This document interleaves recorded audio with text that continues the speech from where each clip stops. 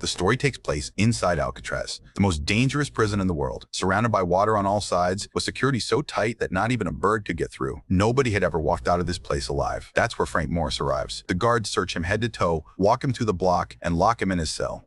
A guard looks him in the eye and says, "Welcome to Alcatraz." A bell rings and every cell door swings open.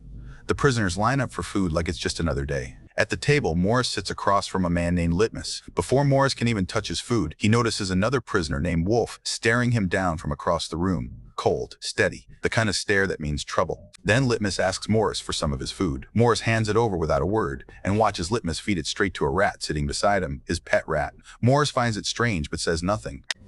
That night, a guard comes to his cell. The warden wants to see him. Morris walks in and the warden wastes no time. He tells him, "I know you've broken out of other prisons before, but this one is different. The ocean surrounds this place. Anyone who tries to run ends up at the bottom of it. You can swim all you want. You'll never reach the shore.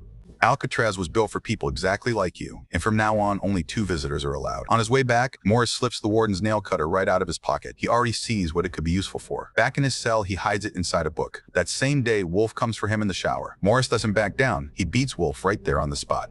A new prisoner has moved in next door. His name is Charlie Butts. The two of them hit it off quickly, and Morris introduces him to the others. Around this time, the warden makes his rounds checking every cell. He stops at Doc's cell, a prisoner who spent his days painting. Doc had even painted a portrait of the warden himself. The warden smiles looking at it. But the very next day, he orders every single painting removed from Doc's cell. No more painting, ever. Doc is crushed. Those paintings were the only thing keeping him going in there. Morris notices something is wrong and asks the guard what happened. The guard tells him to mind his own business. The next morning before Doc heads to carpentry work, he quietly slips a flower into Morris's shirt pocket.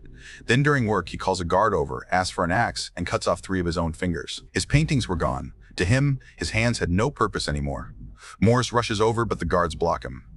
As Doc is taken away, Morris reaches into his pocket and finds the flower. He understands immediately. Everything that gave Doc joy had been ripped away from him. Morris puts Doc's fingers in a box, hands it to a guard, and tells him, "Give this to the warden. His wish is done." Sitting alone that night, Morris spots a cockroach disappearing into the air vent on the wall. He watches it, and right then, something clicks in his mind. There is a way out. The next day at lunch, the warden pulls Morris aside and asks why he keeps focusing on Doc. Morris plays it cool, says it's nothing, just a misunderstanding. Back at the table, Morris meets 2 brothers, Clarence and John. New to the prison, both facing 20 years, and neither one willing to accept that. Sharp, just like Morris, he brings them in. That same day, Morris waits for the guard to disappear and gets a close look at the air vent in his cell. The guard comes back and Morris drops flat on his bed before anyone sees him. The next visiting day, English's daughter comes to see him. English has been locked up since she was a little girl. He sits there watching her, grown up now, and says nothing.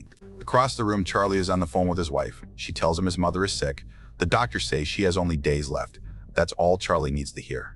That night, he tells Morris, "When you make a plan to get out, save a spot for me." At lunch, Morris lays it all out for the group. The cell block is old. The moisture has eaten through the walls. They're weak enough to dig through. He has the nail cutter. They dig little by little through the air vent, get to the roof, and find a way out from there. They cover the hole with torn magazine pages so nobody notices. John asks how they handle the guards at night. Morris says they'll need dummy heads, realistic enough to fool a guard doing a quick check. They'll need hair for that. John says he works in the salon. He can steal hair little by little. Morris tells Clarence to slowly steal raincoats from the laundry area. They'll use them to build a raft and cross the water. Charlie asks what his job is. Morris tells him, "Keep watch. Make sure no guard catches them while they're digging." Everyone agrees. That same night, Morris gets to work on the air vent. The nail cutter is small and it's slow going, but he doesn't stop. Next day, he tells the group the nail cutter isn't enough. He needs something better. At lunch, he rubs his spoon on his shoe until it looks dirty, calls a guard over, and complains about it. At the same time, Clarence tells the guard he has a question about the kitchen. The guard lets them both through. While Clarence keeps the guard talking, Morris grabs 2 spoons and hides one in his pocket. That night, when English comes to deliver books, Morris asks him if there's any way to weld 2 pieces of metal together. English asks why. Morris tells him he needs it for digging. English tells him straight, "Stop dreaming about escaping. It's not as simple as you think." The next day, Morris asks Litmus for a coin, offers to play his favorite songs in return. Litmus agrees and brings it that night. Morris snaps the spoon, attaches it to the nail cutter handle, heats it up with a small flame, and welds it together. A small handmade shovel. Simple, but it works. He gets back to digging. Charlie keeps watch outside. One night, Charlie dozes off and a guard starts walking toward the cell. Charlie snaps away just in time and taps a glass to warn Morris. Morris covers the vent and lies down. The guard stops at the cell and says he smells something burning. Morris tells him it must be his imagination. The guard buys it and moves on. The moment he's gone, Morris is back at the vent. Then he hits a problem. Deep inside the vent, there are screws. No way to remove them by hand. Every time he goes to the carpentry shop, he empties the loose dirt from his pockets quietly outside. One day, he finds a small piece of steel in the shop. He tells Charlie, "This is exactly what I needed." Charlie warns him the metal detector will catch it on the way back in. Sure enough, the alarm goes off. Morris holds up the steel piece and tells the guard he uses it to hang his clothes. The guard takes it away and lets him through. What the guard doesn't know is that Morris had two pieces, one in his hand, one hidden under his shoe. He uses the second one to break through the grill. Meanwhile, the plan is moving on every front. Charlie gets painting supplies smuggled in. John is digging his own cell's air vent. Clarence is building a dummy head from magazine paper. Morris gets hold of some paint, finishes the dummy head, and that same night places it on his bed, slips out through the vent, replaces it with a fake cover, and makes his way through the pipes above. A guard comes and shines a light into Morris's cell. Sees the dummy head, keeps walking. Morris climbs higher and reaches the roof. He finds a grill completely sealed shut. He tries to force it, can't make it. He slips back down before anyone sees him. But while he was up there, Charlie had a close call. The guard's stick fell, and when he leaned down to pick it up, he noticed Morris's hair on the dummy looked strange. Charlie's heart stopped. The guard reached through the bars and touched the head, and Morris's voice came from the dark. Is something wrong? He had gotten back just in time after Charlie warned him. Next morning, Morris tells the group the vent on the roof is too high to reach alone. He needs someone up there with him. That night, he takes John. John lifts him up, but the vent is solid steel. A nail cutter and a shovel won't touch it. They need a cutting machine. Back in the music hall a few days later, Morris spots a small electric fan. He tells Litmus he needs it. Litmus agrees. Morris slips it into his music box when no one is looking. On the way out, guards stop him for a check. Morris tells them all his things are in Charlie's box. They let him go. From that fan, Morris builds a makeshift drill.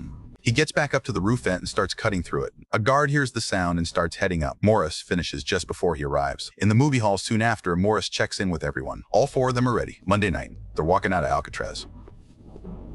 At lunch the next day, Morris had placed Doc's flower on the table in his memory. The warden sees it and crushes it under his foot without a second thought. Litmus watches this and snaps. He lunges at the warden and drops dead right there from a heart attack. Morris and the group say nothing, but they feel everything. That night, English comes around with books. Morris shakes his hand, says goodbye. English looks at him for a moment. He understands. He says goodbye back and walks away. Then the warden shows up at Morris's cell for an unannounced check. Every corner, every inch. He moves the box Morris kept in front of the tunnel. Morris stands there watching, sweat on his face. But the patchwork was so clean the warden sees nothing. He leaves. On the way out, he tells the guard, Morris has been acting strange. Separate him and Charlie tomorrow. Move both their cells. At lunch the next day, Wolf comes to Morris and tells him tonight he won't be walking away. Morris goes straight to John. Get everything ready. We leave tonight. Later that day, Wolf comes at Morris with a knife, and English steps in and grabs him. English didn't want anything to happen to Morris before he got out. That night, Morris, Clarence, and John move, but Charlie freezes in his cell. Can't make himself go. The other three reach the roof vent and wait.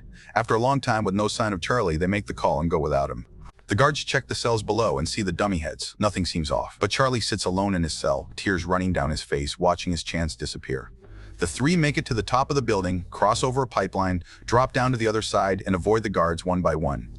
They reach the shore. They inflate the raincoats, throw them in the water, and push off into the dark ocean. Morning comes. The guard does his rounds, stops at Charlie's cell, and finds him just standing there. Then the guard reaches Morris's cell and tries to wake him. No movement. He reaches in and grabs the head, and it falls to the floor. The alarm tears through the entire prison. English hears it from his cell and closes his eyes. He knows. The warden races to the shore. A sergeant shows him a bag pulled from the water, a few belongings from the three men. The warden says they drowned. Has to be.